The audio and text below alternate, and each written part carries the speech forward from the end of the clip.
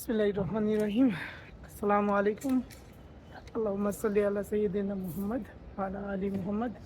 রব্বি ইশরাহ লি সাদরি ওয়া ইয়াসসির লি আমরি ওয়াহলুল উকদাতাম মিন লিসানি ইয়াফকাহু কাওলি। তো এখন বাজে সকাল 5:30। তো মক্কায় আজকে ফজরের জামাত হয়েছে এলো 4:15-তে, কিন্তু মানুষ সাধারণত এখানে সারা রাত্রই থাকে। আমি সাধারণত সকাল 6টা পর্যন্ত মসজিদেই থাকি, তারপর বাসার দিকে যাই। তো মাশাআল্লাহ দেখেন এখানে আরো অনেক মুসল্লিরা আছে। মসজিদের এই সেকশনটাতে একটা মানে খোলা, যে নতুন সেকশনটা, এখানে একটা সুবিধা আছে কি, এখানে আর কি মানুষের অজুর ব্যবস্থা আছে। আলহামদুলিল্লাহ, এটা আর কি একটু ভালো, যেতে আমাদের মসজিদের এই পাশে যে টয়লেটটা দেখা যায়, এর আগে এই টয়লেটের ভেতরে যাওয়া লাগতো অজু করতে, কিন্তু এখন আর অজু করতে এই ভেতরে যাইতে হয় না। আমি আছি এখন মসজিদ আল হারামের গেট নাম্বার 100 কাছাকাছি, 100, 104, 102। আর এখন আমি যেতেছি হলো গাজ্জার যে এরিয়াটা, মানে আমার হোটেল যে এরিয়াতে, সেই এরিয়াতে। তো আজকে আমি আর কি একটা জিনিস প্ল্যান করছি, সেটা হলো যে মসজিদ আল হারাম থেকে দুইটা জায়গায়, একটা হলো জিন মসজিদ, আর আরেকটা হলো জান্নাতুল মুআল্লা কিংবা জান্নাতুল মাআলা, যেটা আমরা বলি, সেই দুইটা জায়গায় যাব। মসজিদ আল জিন থেকে, মসজিদ আল জিন হলো আমাদের নবী সাল্লাল্লাহু আলাইহি সাল্লাম যখন আর কি নবুয়ত পায়, তারপর একদিন উনি আর কি তার সাহাবাদের বলে যে তোমাদের মধ্যে কে কে জিন জাতিটা, মানে আর কি জিন জাতিকে দেখতে চান। তো জিন কি, জিন হলো মানে আমাদের কোরআনে কিন্তু বিভিন্ন জায়গায় জিন সম্পর্কে আল্লাহ আর কি অনেকগুলো ভার্স, মানে অনেকগুলো কোরআনের অনেকগুলো আয়াত জিন সম্পর্কে আল্লাহ নাজিল করছে। যেমন আল্লাহ কোরআনের এক জায়গায় বলছে যে এক জায়গায় কি মানে কয়েক জায়গায় বলছে যে জিনরা হলো আসলে আগুন থেকে তৈরি। আল্লাহ মানুষকে তৈরি করতে হলো মাটি থেকে, আর জিনদেরকে তৈরি করতে হলো আগুনের যে স্ফুলিঙ্গ। মানে আর কি যে আমি যেটা শুনছিলাম যে যখন আমাদের চুলার মধ্যে রান্না হয় না, আগুন থাকে, যে আগুনের পাশে কিছু স্ফুলিঙ্গের মতো থাকে, মানে ছোট ছোট কিছু আগুনের স্ফুলিঙ্গ থাকে। তো বলা হয় যে জিনদেরকে সেই ধরনের আগুন থেকে তৈরি করা হয়েছে। আর জিনরাই হলো আমাদের মতোই একটা জাতি। তারপর যেমন নবী সাল্লাল্লাহু আলাইহি ওয়াসাল্লামের যেমন একটা হাদিস আছে, যেখানে সে বলছিল যে তোমরা মানে হাড্ডি দিয়ে মানে ইস্তেঞ্জা করতে মানা করছিল, বলছিল যে এই হাড্ডিগুলো হলো মানে হাড়গুলি হলো তোমাদেরই ভাই, জিনদের খাবার। তারপর আবার যে ইবলিশও কিন্তু একটা জিন। তো এরকম আর কি আমার অনেকগুলো কোরআনের মধ্যে অনেকগুলো আয়াত আছে, ইন ডিটেল আমি তো আর কি কোনো বড় আলেম না, কিন্তু আমি আর কি কিছু কিছু আয়াত জানি, তো যেগুলো আমি একটু পড়ছি। তো আর কি অনেক অনেক আয়াতই বলা আছে জিনদের সম্পর্কে। তো জিন হলো আমাদের মতোই আরেকটা জাতি, আল্লাহর সৃষ্টি, যারা পৃথিবীতে আমাদের আগে আল্লাহ সৃষ্টি করছিল, পরে তারা পৃথিবীতে আর কি করাপশন, মানে আর কি মারামারি হানাহানি এটা করছিল। এই জন্য আল্লাহ পরবর্তীতে ইবলিশের নেতৃত্বে একদল ফেরেশতা পাঠায় করে কি জিনদেরকে পৃথিবী থেকে বিতাড়িত করে। তারপর তো এটা আর কি যে জিনদের একটা জাস্ট সামারি। তো আমি এখন প্রথমে যে জায়গাটাতে যাব সেটা হইলো মসজিদ জিন। তো মসজিদ আল জিনটা হলো যে সেই জায়গা যেখানে আমাদের রাসূলুল্লাহ সাল্লাল্লাহু আলাইহি ওয়াসাল্লাম যখন নবুয়ত পাওয়ার পরে সে করে কি যে একদিন নবী সাল্লাল্লাহু আলাইহি ওয়াসাল্লাম সাহাবীদের বলে যে তোমাদের মধ্যে জিন কে কে দেখতে চায়। তখন নবী সাল্লাল্লাহু আলাইহি ওয়াসাল্লামের সাহাবীদের মধ্যে শুধু একজন ছিল, আব্দুল্লাহ ইবনে মাসউদ রাদিয়াল্লাহু তাআলা আনহু। সে বলে যে মানে সে যাইতে রাজি হয়। তখন সে যখন ওইখানে আর কেউ আসে নাই, তখন আব্দুল্লাহ ইবনে মাসউদ রাদিয়াল্লাহু তাআলা আনহু নবীর সাথে আসার পরে নবী সাল্লাল্লাহু আলাইহি ওয়াসাল্লাম তাকে এই জায়গাটা মানে আব্দুল্লাহ ইবনে মাসউদ রাদিয়াল্লাহু তাআলা আনহু বর্ণনা করছে যে নবী সাল্লাল্লাহু আলাইহি ওয়াসাল্লাম তাকে নিয়ে এই জায়গাটাতে আসে, যে জায়গাটাতে বর্তমানে মসজিদ আল জিন আছে। তো এইখানে আসার পরে নবী সাল্লাল্লাহু আলাইহি ওয়াসাল্লাম তার সাহাবীর মানে আব্দুল্লাহ ইবনে মাসউদ রাদিয়াল্লাহু তাআলা আনহু চারপাশে পা দিয়ে একটা মানে আর কি গোল সার্কেল মানে বৃত্তের মতো আঁকে বলে যে আমি যতক্ষণ পর্যন্ত না আসি তুমি আর কি এই বৃত্ত থেকে বের হবা না, তাকে আর কি বৃত্ত থেকে বের হতে মানা করে দেয়। তারপর নবী সাল্লাল্লাহু আলাইহি ওয়াসাল্লাম একটু আগে যায়, একটু আগে যাওয়ার পরে তখন আব্দুল্লাহ ইবনে মাসউদ দেখতে পায় যে নবী সাল্লাল্লাহু আলাইহি ওয়াসাল্লাম কোরআনের আয়াত রিসাইট করা শুরু করে। আর তখন করে কি যে দলে দলে জিন মানে অনেকগুলো জিন ভিন্ন ভিন্ন গ্রুপের তারা আসার পরে নবী সাল্লাল্লাহু আলাইহি ওয়াসাল্লাম তাদের সাথে বিভিন্ন ইস্যু নিয়ে আর কি মানে কোরআনের মানে ইসলামের বিভিন্ন বিষয় নিয়ে তাদের সাথে কথা বলার পরে তারা নবী সাল্লাল্লাহু আলাইহি ওয়াসাল্লামের কাছে অনেকেই আর কি ইসলাম গ্রহণ করে। তো এই ঘটনাটা নিয়ে আবার করছে কি মানে কোরআনের একটা সূরাও আছে, সূরা জিন, যেখানে আর কি আল্লাহ বলতেছে যে জিনদের মধ্যে একদল মানে সূরাটা এরকম করে শুরু হয় যে জিনদের মধ্যে একদল জিন কোরআন প্রথমে শুনছে, শোনার পরে তারা বলছে যে আমরা এক আজব কোরআন শুনছি। তারপর তারা আর কি বলে যে আমরা আল্লাহর সাথে কোনো শরিক করব না, এরকম আর কি অনেক কিছু বলে।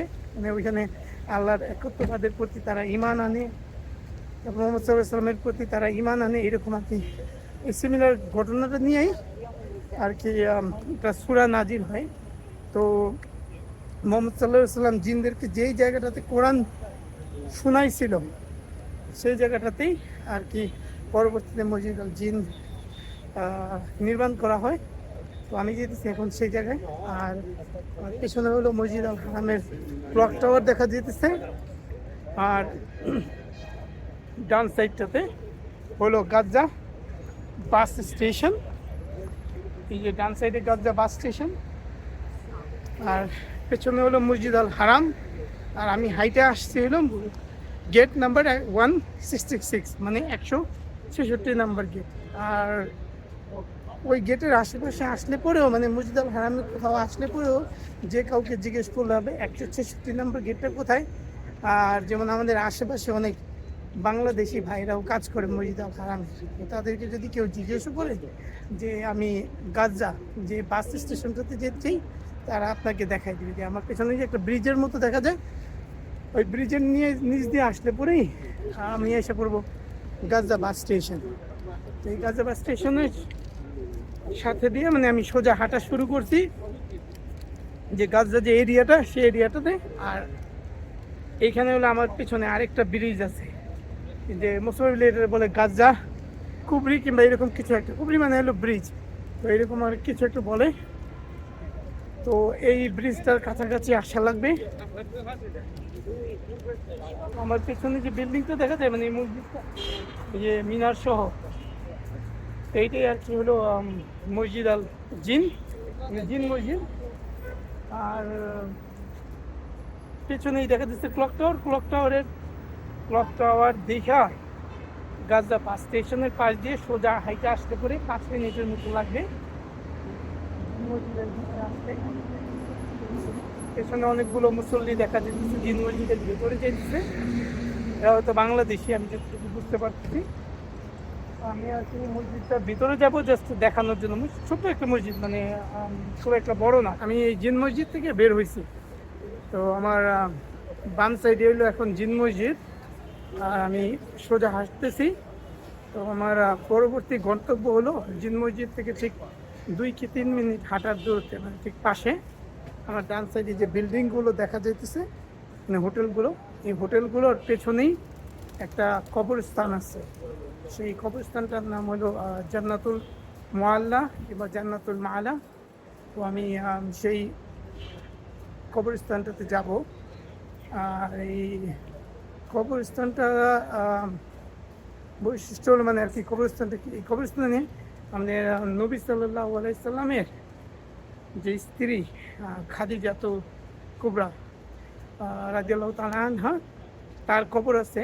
পাশাপাশি আমার যে নবী সাল্লাল্লাহু আলাইহি সাল্লামের যে ছেলে আল কাসিম, তার কবর আছে। আর এটা হলো জিন মসজিদটা ছিল আমার বাম সাইডে পেছনে, আমি সোজা হাঁটতেছি। আর এই যে ডান সাইডে দেখা যায় এই যে মানুষগুলো দাঁড়ায় আছে, এটাই হলো জান্নাতুল মালা। কিন্তু এটার গেটটা হলো সামনের দিকে। আবার চলে তো এই কবরস্থানটার আরেকটা জিনিস কি, যে এই কবরস্থানে কিন্তু কোনো মহিলাদেরকে ঢুকতে দেয় না। আর এই জিন মসজিদে আমি যখন গেছি, জিন মসজিদে আমি যাওয়ার পরে আমি 2 রাকাত নামাজ পড়ছি। মানে আর কি, এটা তো আমি যতটুকু জানি যে মসজিদের আদব, যে মসজিদে ঢুকলে পরে 2 রাকাত নামাজ পড়তে হয়। হইতে পারে যে কিয়ামতের দিন এই মসজিদগুলো, যে মসজিদগুলোতে আমরা গেছি নামাজ পড়ছি, হইতে পারে সেই মসজিদগুলো কিয়ামতের দিন আমাদের পক্ষে সাক্ষী দেবে ইনশাআল্লাহ। তো আমি এখন এই জান্নাতুল মুআল্লার গেটে আসছি। এটাতে বসার যে জায়গা আছে সেখান থেকে আমাদেরকে বাম সাইডে যাওয়া লাগবে। তারপর কয়েক সেকেন্ড হাঁটার পরে আমাদের যাওয়া লাগবে হলো ডান সাইডে। তো আমরা চাইলে পরে ওই সাইডটা দিয়েও যেতে পারতাম। ওই সাইডে আরেকটা এন্ট্রান্স আছে, তাহলে আমাদের আর কি ওই রাস্তাতে সবার শেষ পেছনে যে রাস্তাটা, ওই রাস্তাটাতে যাওয়ার পরে আমাদেরকে বাম সাইডে আসা লাগতো।